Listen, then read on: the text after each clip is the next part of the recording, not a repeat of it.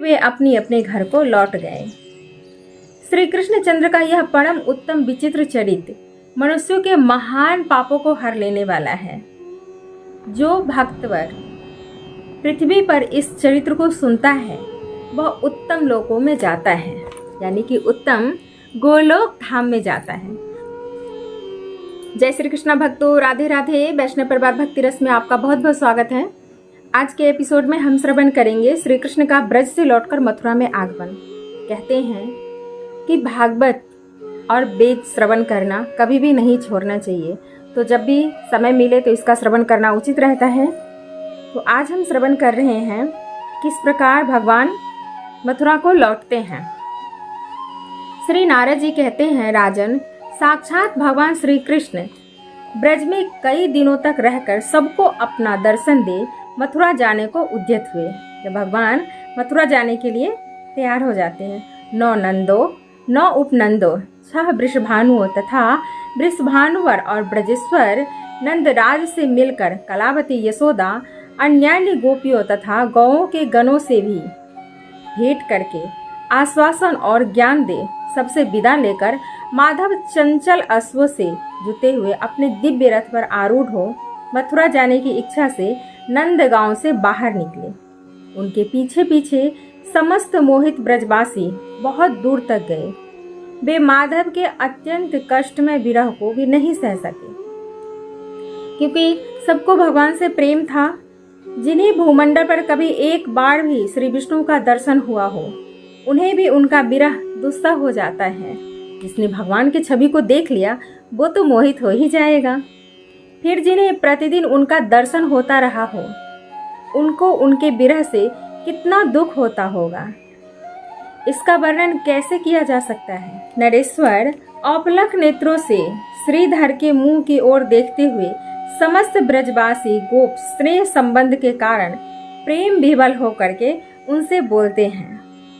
गोपों ने कहा, श्री कृष्ण तुम फिर जल्दी आना और हम समस्त ब्रजवासियों की रक्षा करना। जैसे पूर्व काल में तुमने देवताओं को अमृत प्रदान किया था, उसी प्रकार अब हमें अपने दर्शन की सुधार का पान कराते रहना। देव, केवल तुम ही सदा यशोदा के आनंददायक हो। तुम ही श्री नंदराज को आनंद प्रदान करने वाले हो और तुम ही ब्रजवासियों के जीवन हो। प्रभु, तुम ही इस ब्रज के धन हो।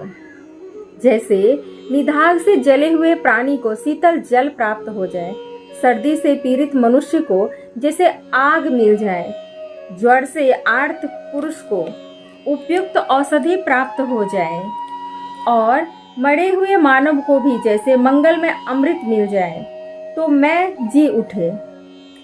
वो जी उठे, उसी प्रकार समस्त ब्रज के लिए तुम्हारा दर्शन ही जीवन है। इसलिए तुम यही निवास करो। इस विषय में बहुत कहने से क्या लाभ है।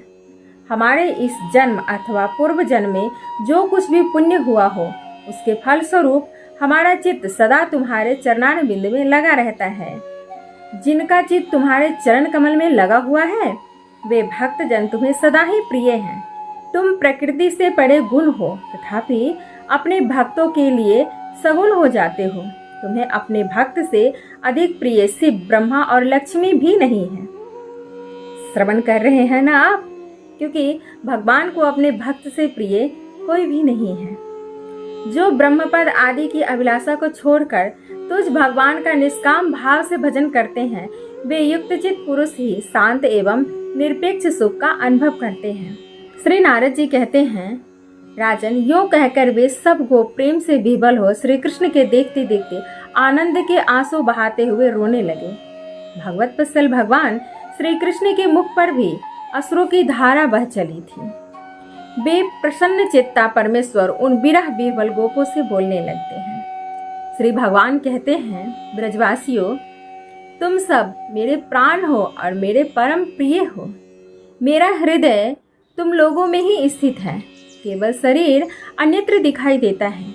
मैं प्रतिमास तुम सबको देखने और दर्शन देने के लिए आऊँगा, यह वचन देता हूँ। मन से मैं दूर नहीं हूँ, मन ही सबका कारण है। हे गोपगण, यादवों से युद्ध करने के लिए जरासंध आया है। अतः यदुवंशियों की सहायता के लिए मैं जाता हूँ। तुम्हें शोक नहीं होना चाहिए। श्री नारद जी कहते हैं, राजन, इस प्रकार उन गोपों को बार बार आश्वासन दे।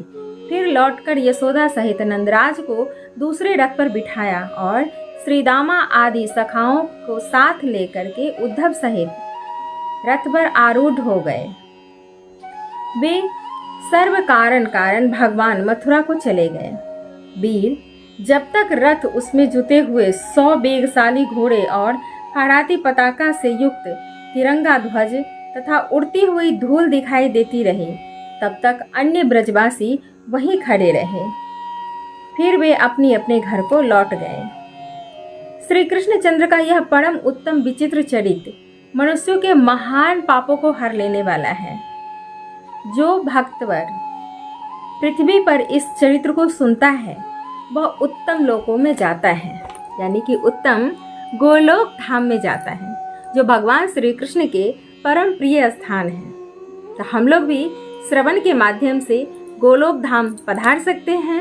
मिलते हैं नेक्स्ट वीडियो में, तब तक के लिए जय श्री कृष्णा, राधे राधे।